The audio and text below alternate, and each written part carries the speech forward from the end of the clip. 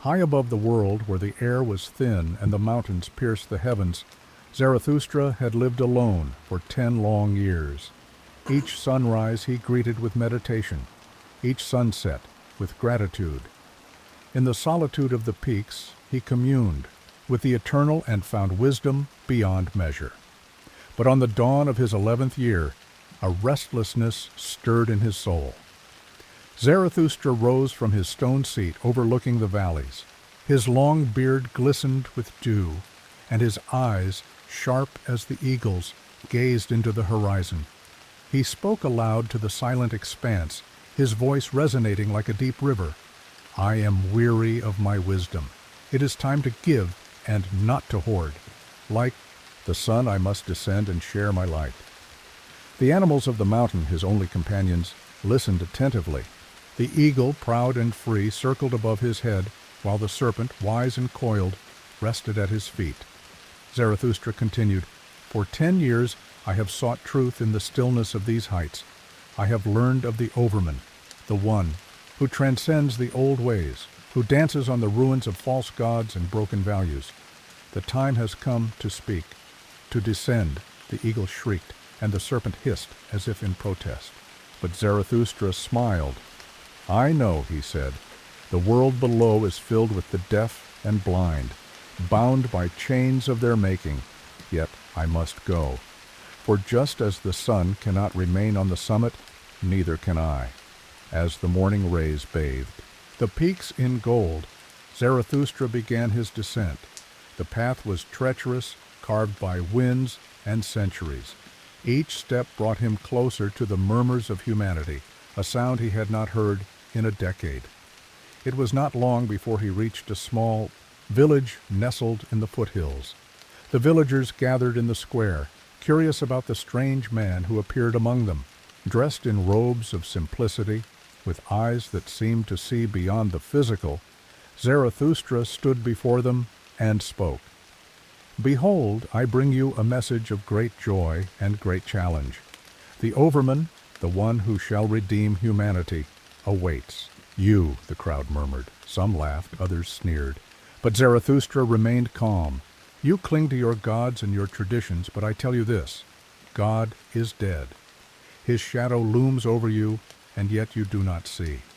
It is time to rise above yourselves, to create new values, to become overmen."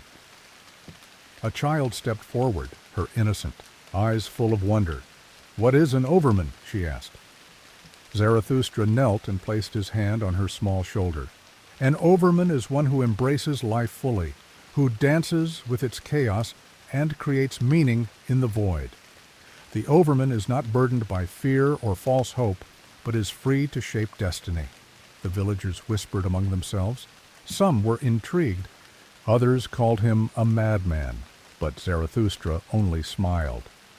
"I have planted a seed," he thought. "It will grow in time." As the sun dipped below the horizon, Zarathustra left the village, continuing his journey into the unknown, his heart alight with purpose. Zarathustra walked under the pale light of the moon, his sandals pressing softly against the dirt path winding through the woods. The night air carried whispers of the world below, a world he had long abandoned but now felt compelled to confront. He thought of the villagers' faces, their laughter, their mockery. Yet, amid their scorn, he had seen curiosity flicker in the eyes of the young. "They are not ready," Zarathustra murmured to himself, "but they hunger for something they cannot name. They build their lives upon the crumbling ruins of old, gods and fading truths. I must show them the way, even if they resist." The path grew steeper as he descended further.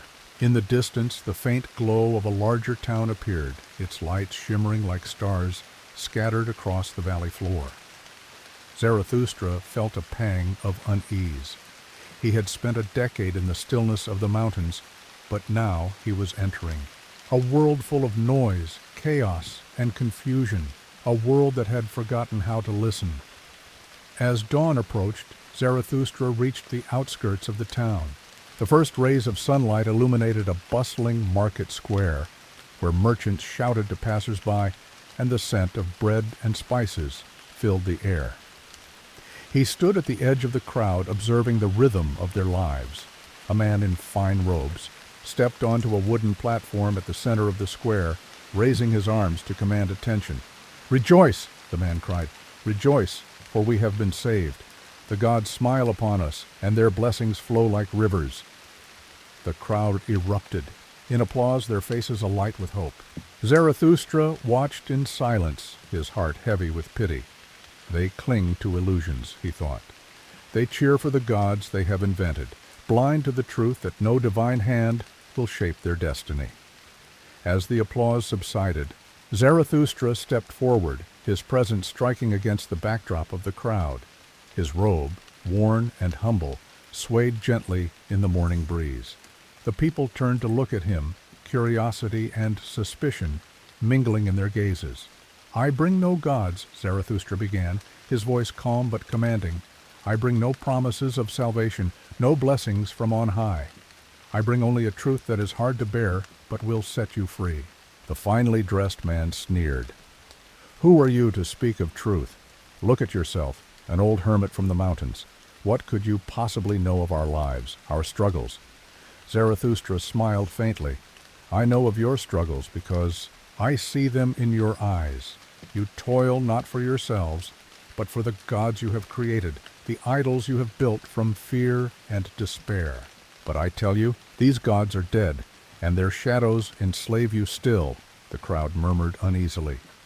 Some averted their eyes, unwilling to confront his words, while others stepped closer, drawn by the weight of his presence. A woman with tired eyes spoke up. "If the gods are dead, what are we to do? Without them, what meaning does life hold?" Zarathustra turned to her, his gaze softening. "Life's meaning is not given, it is created. You must become the creators of your own values, the architects of your destiny. Do not seek comfort in the heavens or in the past. The overman is the future, one who rises above fear and embraces the chaos of existence to create something greater." A ripple of unease spread through the crowd. The man in fine robes stepped forward again, his face flushed with anger. "This is madness. Without gods, there is only chaos. Without order, there is nothing." Zarathustra's voice rose, powerful and steady. "Chaos is not the enemy. It is the womb of creation. Only by facing chaos can you transcend the old ways and become something more. The overman is born not from obedience, but from courage, from the will to say yes to life in all its uncertainty and beauty." The crowd fell silent, their eyes locked on the stranger who stood before them, speaking truths that unsettled their very foundations. Zarathustra knew his words had sown both doubt and wonder, and he felt the weight of his task grow heavier. As the sun climbed higher into the sky, Zarathustra turned to leave, his steps deliberate and unhurried. The crowd parted before him, their whispers trailing behind him like the wind through the trees. He did not look back, for his journey was far from over, and the path ahead was steep. Zarathustra continued his journey, the voices of the villagers fading into the distance. As he descended further into the world of men, he entered a bustling city. Its streets were alive with activity, merchants hawking their wares, children laughing, and the distant clang of hammers in workshops. Yet, beneath the surface of this vibrant scene, Zarathustra sensed a strange emptiness, a hollowness masked by noise and routine. In the heart of the city stood a great square, where people gathered to discuss news and ideas. Zarathustra sat on the steps of a fountain, watching the crowd as they argued and debated. Their words were loud but shallow, their disputes fueled by pride rather than the pursuit of truth. Suddenly, the commotion was interrupted by a piercing cry. A figure emerged from the shadows, stumbling into the square. The man was gaunt, his clothes tattered, his hair wild. He carried a lantern. Though the sun shone brightly overhead, the crowd turned to stare, their laughter and chatter silenced by his strange appearance. "Where is God?" the madman cried, his voice echoing through the square. "I seek him. but he is nowhere to be found. The people laughed nervously, some shaking their heads in pity. "Has this fool lost his mind?" one man muttered. "Why search for God?" In broad daylight, the madman stopped and looked around, his eyes wide with a mixture of anguish and defiance.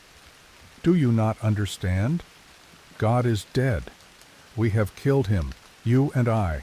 His blood is on our hands, yet we refuse to see." The crowd fell silent, a chill spreading through the air. Some looked away, unable to meet the madman's gaze, while others whispered among themselves. Zarathustra watched intently, his heart stirred by the man's words. The madman continued, his voice growing softer but no less urgent. "What have we done? Without God, who will give us meaning? Who will guide us through the darkness? Do you not feel the weight of this loss? Do you not hear the sound of the divine falling into the abyss?" A woman stepped forward, her voice trembling. "But we still believe," she said. "We still pray." "How can God be dead?" The madman laughed, a sound both bitter and mournful. "Your prayers are empty, your faith hollow. You worship the shadow of a God you no longer believe in. You cling to rituals and words, but the spirit is gone. Do you not see? You are adrift, lost in a sea of your own making." The crowd began to murmur again, uneasy and restless. Some dismissed the madman as a lunatic, while others felt a flicker of doubt take root in their hearts. Zarathustra stood and approached the madman, who now knelt on the ground, clutching his lantern as though it were his last link to sanity. "You speak the truth," Zarathustra said quietly, his voice cutting through the murmurs. "But truth is a heavy burden, and many are not ready to bear it." The madman looked up, his eyes meeting Zarathustra's. For a moment there was silence between them, a shared understanding that needed no words. The madman rose to his feet, his lantern still burning. "Perhaps you are right," he said, his voice softer now. "Perhaps they are not ready, but the time will come when they can no longer ignore the void." Zarathustra nodded. "And when that time comes, they must learn to create their own meaning, to rise above the loss and become greater than they ever imagined." The madman turned to the crowd one last time, his voice filled with both sorrow and hope. "You may laugh at me now, but remember my words. The death of God is not the end. It is the beginning. A new dawn awaits, but only if you have the courage to face it." With that, the madman walked away, his lantern casting a faint glow even in the daylight. The crowd slowly dispersed, their faces etched with unease. Zarathustra stood alone in the square, the weight of the moment heavy on his shoulders.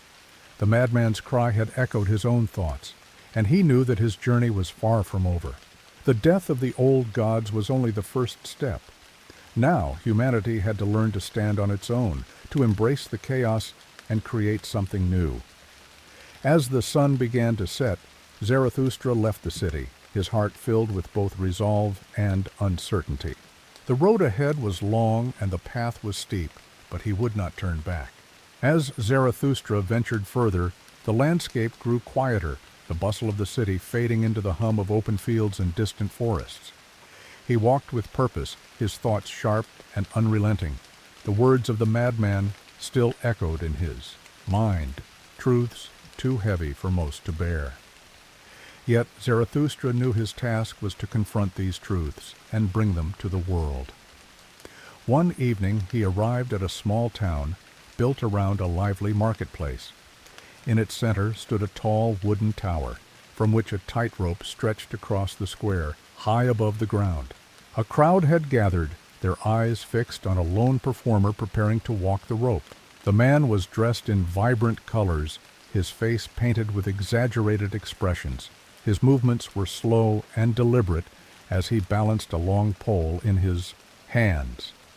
The crowd cheered and jeered, their voices a mix of excitement and scorn. Zarathustra stood at the edge of the square, observing the scene. The tightrope walker stepped onto the rope, his body trembling as he began the precarious journey across. Each step was a battle against gravity, a moment of tension between balance and the abyss. As Zarathustra watched, he felt a pang of recognition. The tightrope walker's struggle was a mirror of humanity's own journey, a fragile dance between the old and the new, between the safety of the past and the uncertainty of the future. The performer's steps grew more confident, and the crowd roared with approval. But as he reached the midpoint of the rope, a commotion broke out. From the base of the tower, another figure emerged, a clown, dressed in mismatched rags and grinning maniacally.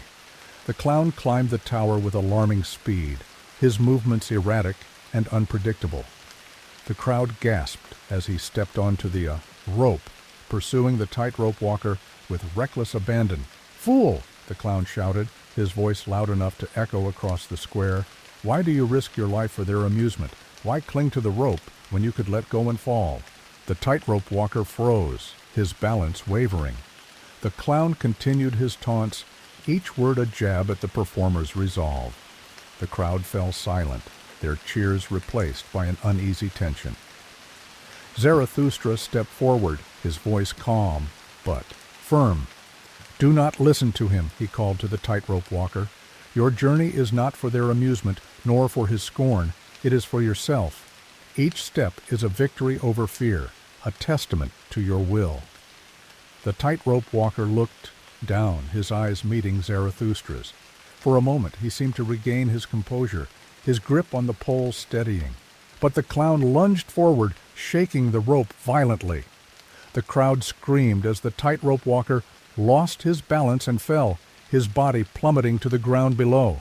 The impact was brutal, and the square was filled with a collective gasp. Zarathustra rushed to the fallen man's side, kneeling beside him. The tightrope walker's eyes fluttered open, his breathing shallow. "Did I fail?" he whispered, his voice barely audible. "No," Zarathustra replied, his voice gentle. "You did not fail. You dared to walk the rope, to rise above the ground and reach for something greater. That courage is not failure, it is triumph." The tightrope walker smiled faintly, his eyes closing as his body grew still. Zarathustra stood and faced the crowd, his gaze piercing. "This man was a bridge," he said, his voice carrying across the square. "He lived for the journey, for the struggle to rise above. But you, what do you live for? To mock, to taunt, to cling to the ground? The overman will not come from such cowardice. He will come from those who dare to walk the rope, even at the risk of falling." The crowd was silent, their faces a mix of shame and awe. The clown had vanished, leaving only the memory of his chaos. Zarathustra turned away, his steps heavy as he left the square. The image of the tightrope walker lingered in his mind, a reminder of the fragility of humanity's ascent and the courage required to pursue it.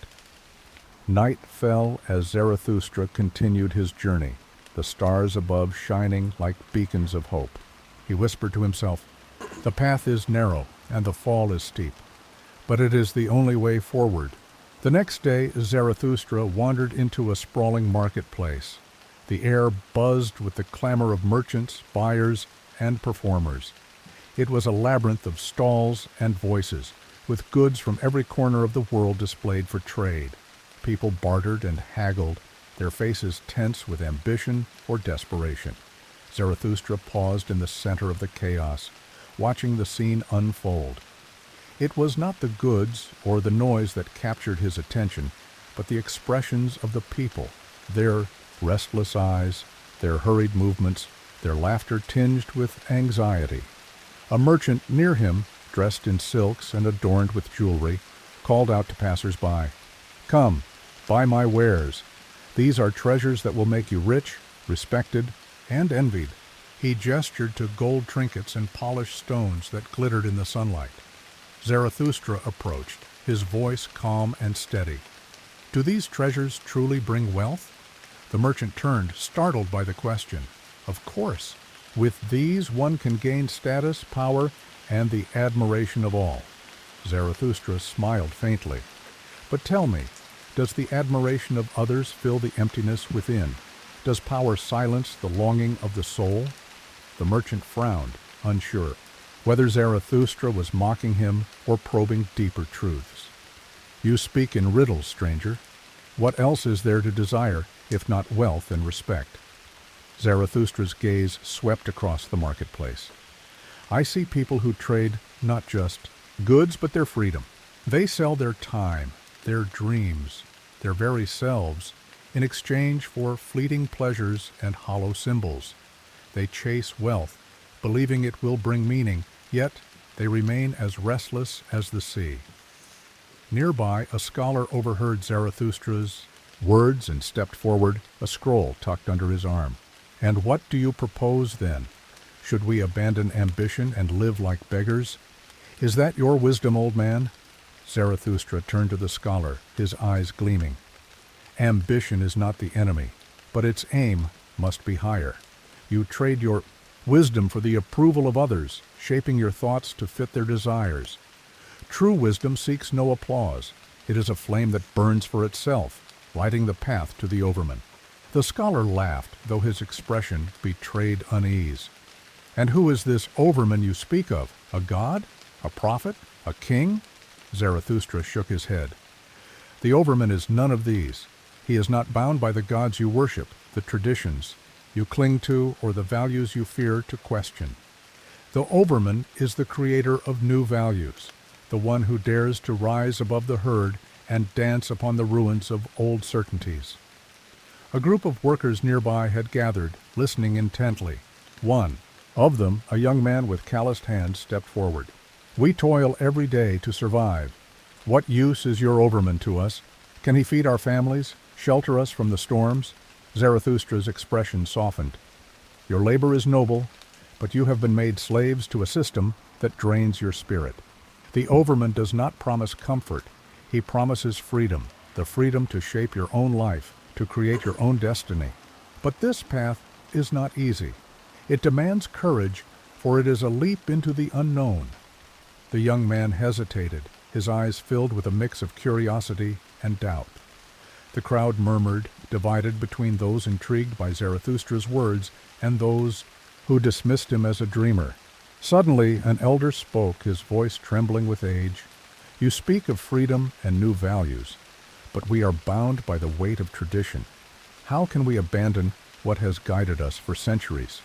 Without it, we are lost." Zarathustra approached the elder and placed a hand on his shoulder.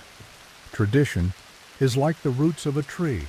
It grounds you, but it can also keep you from reaching the sky. To grow, you must honor the roots but not let them bind you. The overman is not a rejection of the past, but a transformation of it." The elder nodded slowly, his gaze distant as if lost in thought. As the sun began to set, Zarathustra stepped away from the crowd. He had planted seeds of thought, though he knew not all would take root. The marketplace returned to its bustle, but for some, a new question lingered in the air. What does it mean to rise above? Walking toward the horizon, Zarathustra whispered to himself, "They are afraid to leave the shadows, but even in fear, there is a spark. Perhaps one among them will dare to step into the light." Zarathustra left the marketplace and ventured into the countryside, where the air was quieter, the fields vast and open. The horizon stretched endlessly, a canvas of possibilities unspoiled by the noise of cities, yet his thoughts were restless, turning over the faces he had seen in the marketplace, the questions they had asked, and the doubts that lingered. As he walked, he came upon a small village nestled at the base of rolling hills. Children played near a stream, their laughter ringing out like bells in the stillness. They chased one another, their game simple and full of life. Zarathustra paused to watch them, his heart lightened by their unburdened joy. One boy noticed him and ran over, his curiosity unhidden. "Stranger," the boy said, his cheeks flushed from play, "what brings you here? Are you a teacher or a traveler?" "I am both," Zarathustra replied, kneeling to meet the boy's gaze. "I wander to learn and teach what I have learned." "Tell me, what games do you play?" The boy grinned. "We play at being kings and heroes. We build kingdoms from sticks and rule over the land. Sometimes we fight battles, but it's all for fun." Zarathustra smiled. "You play at being creators, then. You shape your world from the earth and breathe life into it with your imagination. But tell me, What happens when the game ends? Fossey, boy shrugged. Then we laugh and start again. It's just a game after all. Zarathustra placed a hand on the boy's shoulder. Remember that, little one. Many forget that life itself is a kind of game, a great dance of creation and destruction. But the wise learn to play with purpose, to build not from fear or greed, but from joy and love. The boy tilted his head, puzzled by Zarathustra's words but sensing their weight. Before he could respond, an older man approached, his face lined with years of toil. He eyed Zarathustra warily. "These are children's games," the man said. "What use is talk of joy and love when the world demands hard labor and sacrifice? We have no time for games." Zarathustra stood and faced the man, his gaze steady. "Do you not see? These games hold the wisdom you have forgotten. You labor endlessly, but for what? To survive, yes, but to what end? If life is only toil, where is its meaning?" The man frowned. "Meaning is for the gods to decide, not us. We live as we must, as we always have." Zarathustra shook his head. "The gods you speak of are dead, their shadows long gone. Meaning is not given, it is made. You have the power to shape your life, to play as these children do, but with the wisdom of one who knows the stakes." The man's expression softened, but he remained silent. Behind him the children had gathered, listening with wide eyes. One girl stepped forward, her voice soft but resolute. "If we can make meaning, how do we do it? What does it look like?" Zarathustra smiled gently. "It begins with asking what you truly value. Not what you are told to value, but what makes your heart sing. Then you must have the courage to build your life around it, even if it means walking a path no one has walked before." The children murmured among themselves, their imaginations, sparked by the idea of creating their own meaning. The older man watched them, his face unreadable. Finally, he spoke. "You speak of courage, but courage is not easy. The world does not reward those who step away from the herd. It punishes them." Zarathustra nodded. "Yes, the world resists those who rise above, for it fears change. But the greatest achievements, the greatest joys, come not from following, but from leading, from daring to create something new, even in the face of resistance." The sun dipped lower in the sky, casting long shadows over the village. The children returned to their games, their laughter carrying a new note of purpose. The older man stood quietly, lost in thought, as Zarathustra began to walk away. As he reached the edge of the village, Zarathustra looked back and whispered, "The children of the earth are the seeds of the Overman. In their hands lies the power to build a world greater than we can imagine." With that, he turned toward the hills, the path ahead bathed in the golden light of dusk. Zarathustra ascended into the hills, his steps light yet purposeful. The air grew thinner, and the sounds of the village faded into silence. Above him loomed a great mountain, its peak hidden by swirling mists. It seemed to call to him, a silent beacon challenging him to climb. He paused at the base of the mountain, gazing upward. The path was steep and treacherous, littered with jagged rocks and narrow ledges. Yet Zarathustra felt no fear.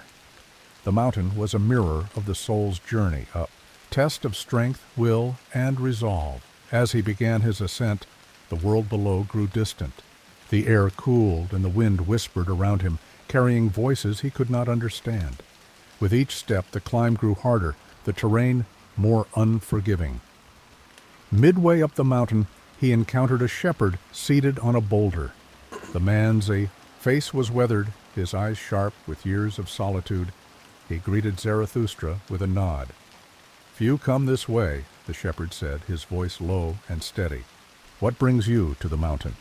Zarathustra rested his staff on the ground and met the shepherd's gaze. "I seek to rise above, to see the world from a height where the noise of men cannot reach." The shepherd smiled faintly. "And what will you do when you see it?" "The view from the top is beautiful, but it does not change the world below." Zarathustra nodded. "True, but it is not the view I seek. It is the clarity. To see the world as it is, stripped of illusion, is to understand it anew. From there, I may return and create something greater." The shepherd regarded him for a moment before gesturing to a small fire beside him. "Rest, then. The climb is long, and you will need your strength." Zarathustra sat by the fire, and the two men spoke little, their silence more profound than words. The shepherd's presence was calming, his life a quiet testament to the simplicity of existence. Yet Zarathustra knew he could not stay. As dawn broke, painting the sky in hues of gold and crimson, Zarathustra rose and continued his climb. The air grew colder, the wind sharper, yet his resolve did not waver. The mountain tested him, forcing him to confront his own limitations. Near the peak he reached a narrow ledge where an eagle perched, its golden eyes piercing. It watched him intently, its gaze unyielding. Zarathustra paused, feeling the weight of its scrutiny. "Why do you climb?" the eagle asked, its voice deep and resonant, as though it came from the mountain itself. "I climb to rise above," Zarathustra replied, "to leave behind the smallness of men and seek the greatness within." The eagle tilted its head. "And what will you find at the summit?" "Not answers, but questions," Zarathustra said. "Not comfort, but challenge. For the summit is not the end. It is the beginning of a greater journey." The eagle regarded him for a moment longer, then spread its wings and took flight, disappearing into the mist. Zarathustra continued, his steps steady despite the thinning air. When he finally reached the summit, the world below lay spread out before him, a vast expanse of valleys, forests, and rivers, all bathed in the light of the rising sun. The beauty was overwhelming, yet Zarathustra felt no triumph, only a deep calm. As he stood there, the wind carried a voice, not of men, but of the mountain itself. It whispered, not in words, but in a feeling, a truth that could only be understood.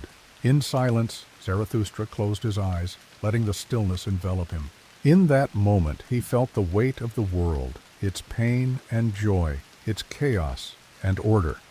He felt the pulse of life, not as something separate, but as a part of himself. When he opened his eyes, he knew it was time to descend. The summit had given him clarity, but the work lay below among the people. With measured steps, he began his journey back down, carrying the mountain's whisper in his heart.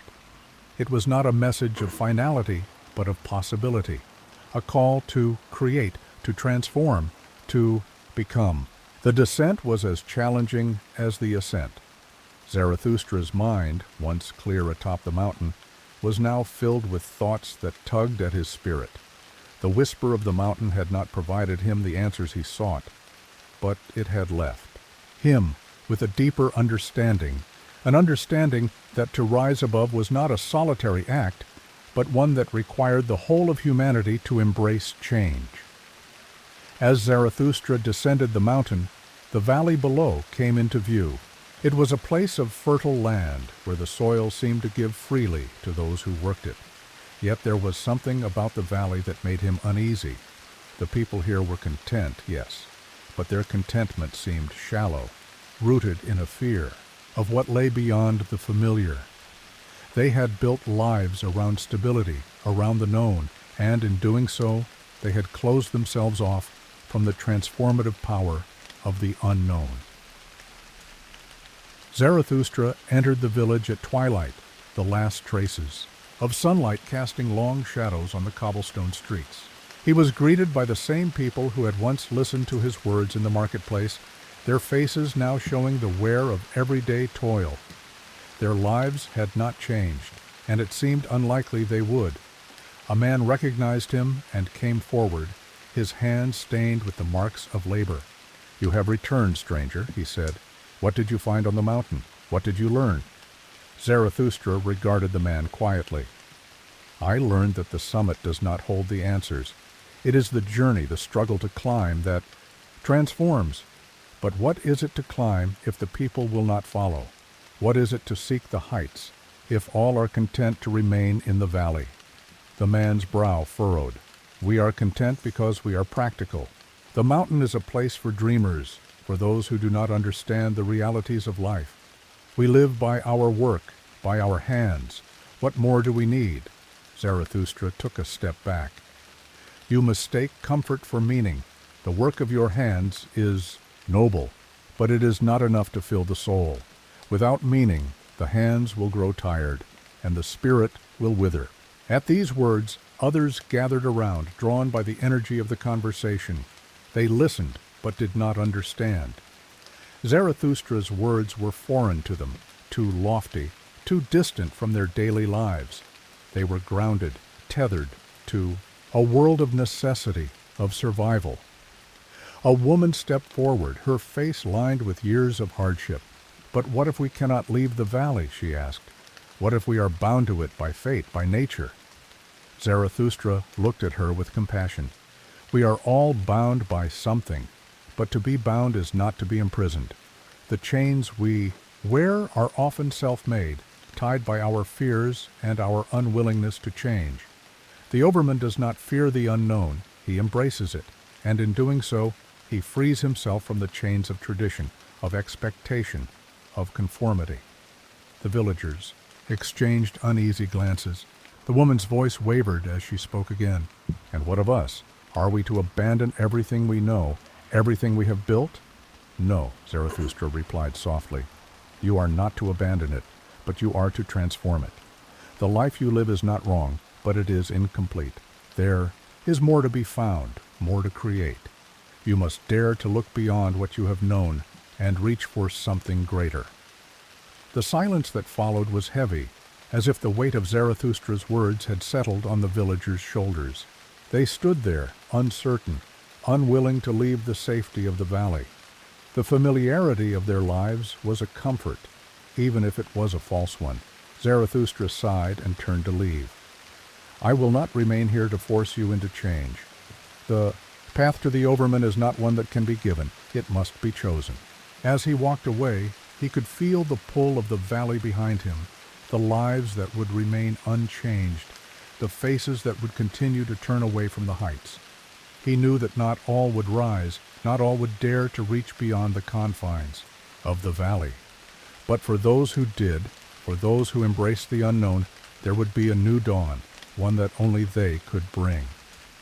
The valley receded behind him as he walked toward the horizon, his heart steady and resolute. The journey was not over. It had only just begun. Zarathustra's journey took him far from the valley and deeper into the wilderness. The air grew thin once more, and the landscape began to shift, the once familiar paths becoming more rugged and untamed. Each step he took was a reflection of his own inner transformation, a journey toward something greater, something transcendent. The vision of the overman, a being who rose above the herd, who carved his own path, had become his obsession. It was no longer just an idea, but a call to action, a destiny that could not be ignored. One evening, as the sun dipped below the horizon, Zarathustra found himself standing at the edge of a deep ravine. The wind howled around him, and the earth seemed to tremble beneath his feet. In that moment, he heard a voice, a familiar voice that echoed from the depths of his own being. "Zarathustra," the voice whispered, "what do you seek?" Zarathustra's heart raced as he looked into the dark abyss before him. He knew that this was no ordinary voice. It was the voice of the overman, or perhaps the voice of his own potential, speaking from the depths of his soul. "I seek the truth," Zarathustra replied, his voice steady despite the turmoil within him. "I seek to become what I am meant to be, to transcend the limits of man and become the overman." The voice chuckled, a sound both gentle and mocking. "But what if the truth is not what you expect? What if the overman is not a being who rises above, but one who descends into the depths of his own soul? What if the true power lies not in overcoming, but in embracing?" Zarathustra paused, unsure of how to respond. The words seemed to pierce through him, shattering the certainty he had held onto for so long. He had believed that the overman was a figure who stood apart from humanity, above it, looking down with disdain. But what if the true path was one of union, of embracing all that he was, both divine and human, both light and dark? The voice continued, "The Overman is not a rejection of man, but an acceptance of him. He is not a god, nor a king, nor a ruler. He is the one who has mastered himself, who has become whole by accepting both his strengths and his weaknesses. The Overman is not a destination, but a journey, one that never ends, one that demands constant creation." Zarathustra's heart swelled with understanding. The Overman was not a being above the world, but a creator of it, a creator who wove his own destiny from the fabric of his being. It was not about abandoning the world, but about transforming it. To be the Overman was to be in constant evolution, always reaching for something higher while grounded in the reality of one's humanity. "I understand," Zarathustra whispered, his voice thick with emotion. "To be the Overman is to be free, not from the world, but in the world. It is to embrace the chaos, the suffering, the joy, and the sorrow, and to use them as the raw materials for creation." The voice responded with a final resonant word. "Yes, and in that you will find your power. But remember, Zarathustra, the journey is yours alone. You will not find the Overman in others, nor in the world as it is. You will find him only in yourself." The wind howled once more, and the vision began to fade. The voice dissolved into the distance, leaving Zarathustra standing at the edge of the ravine, his mind ablaze with new understanding. He was no longer just a seeker. He was a creator, a being who had transcended the need for validation, who had embraced the fullness of existence. As the stars began to twinkle in the night sky, Zarathustra took a deep breath and turned away from the ravine. He knew now that the journey would never end, that he would continue to climb, to create, to rise, and to fall, until he was both the creator and the creation, and in that he would find his true freedom. Zarathustra wandered onward, his mind alive with the visions he had witnessed, his heart heavy with the weight of the truth he had uncovered. The journey had led him to a place where there were no final answers, only the endless cycle of creation and destruction. He had discovered the power of the Overman, not as an ascended being above the world, but as one who stood in the midst of it, shaping it with each thought, each action, each breath. The world around him seemed unchanged, but he had changed. He saw the people, the villages, the cities, all continuing in their daily struggles, locked in the same patterns of toil, ambition, and despair. They were still trapped in the cycle, still caught in the illusion of progress, unaware that they were bound to repeat their lives again and again in an eternal return. It was then that Zarathustra came to a realization so profound it shook him to his core. The Overman was not just about self-overcoming or transformation, it was about embracing the eternal return of all things. Everything, from the smallest action to the grandest idea, would repeat endlessly, forever. This was the ultimate test for the Overman, to live his life in such a way that he would willingly repeat it forever, without regret, without yearning for anything different. He sat down upon a rock and closed his eyes, allowing the weight of this truth to settle upon him. The wind, the stars, the distant sound of a river, all of it would return. Every joy, every pain, every sorrow, every triumph, it would come again in an infinite loop, as inevitable as the turning of the seasons. To live in such a way that one would want this eternal return. This was the highest goal, the ultimate freedom. Zarathustra had always thought that to escape the cycle of suffering was the goal, but now he understood. It was not escape that mattered. It was acceptance.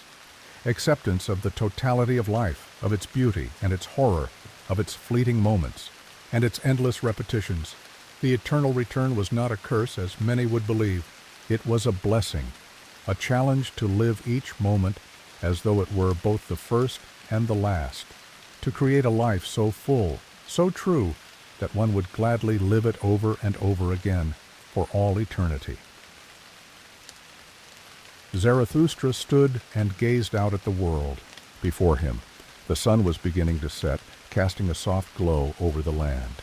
The people, the animals, the trees, they were all part of the same eternal cycle, turning and returning, each moment infinitely precious and fleeting.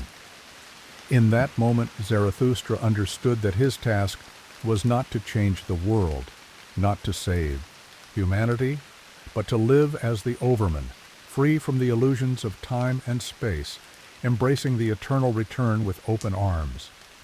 For it was in this acceptance, in this constant creation, that true freedom lay. And so, Zarathustra smiled. He had found what he had been searching for, not in the mountains, not in the teachings of others, but in the depths of his own soul. He had become the creator of his own life, the architect of his own destiny. And now, as he stood at the edge of the world, he knew that no matter where the journey took him, he would walk it gladly, embracing the eternal return with every step.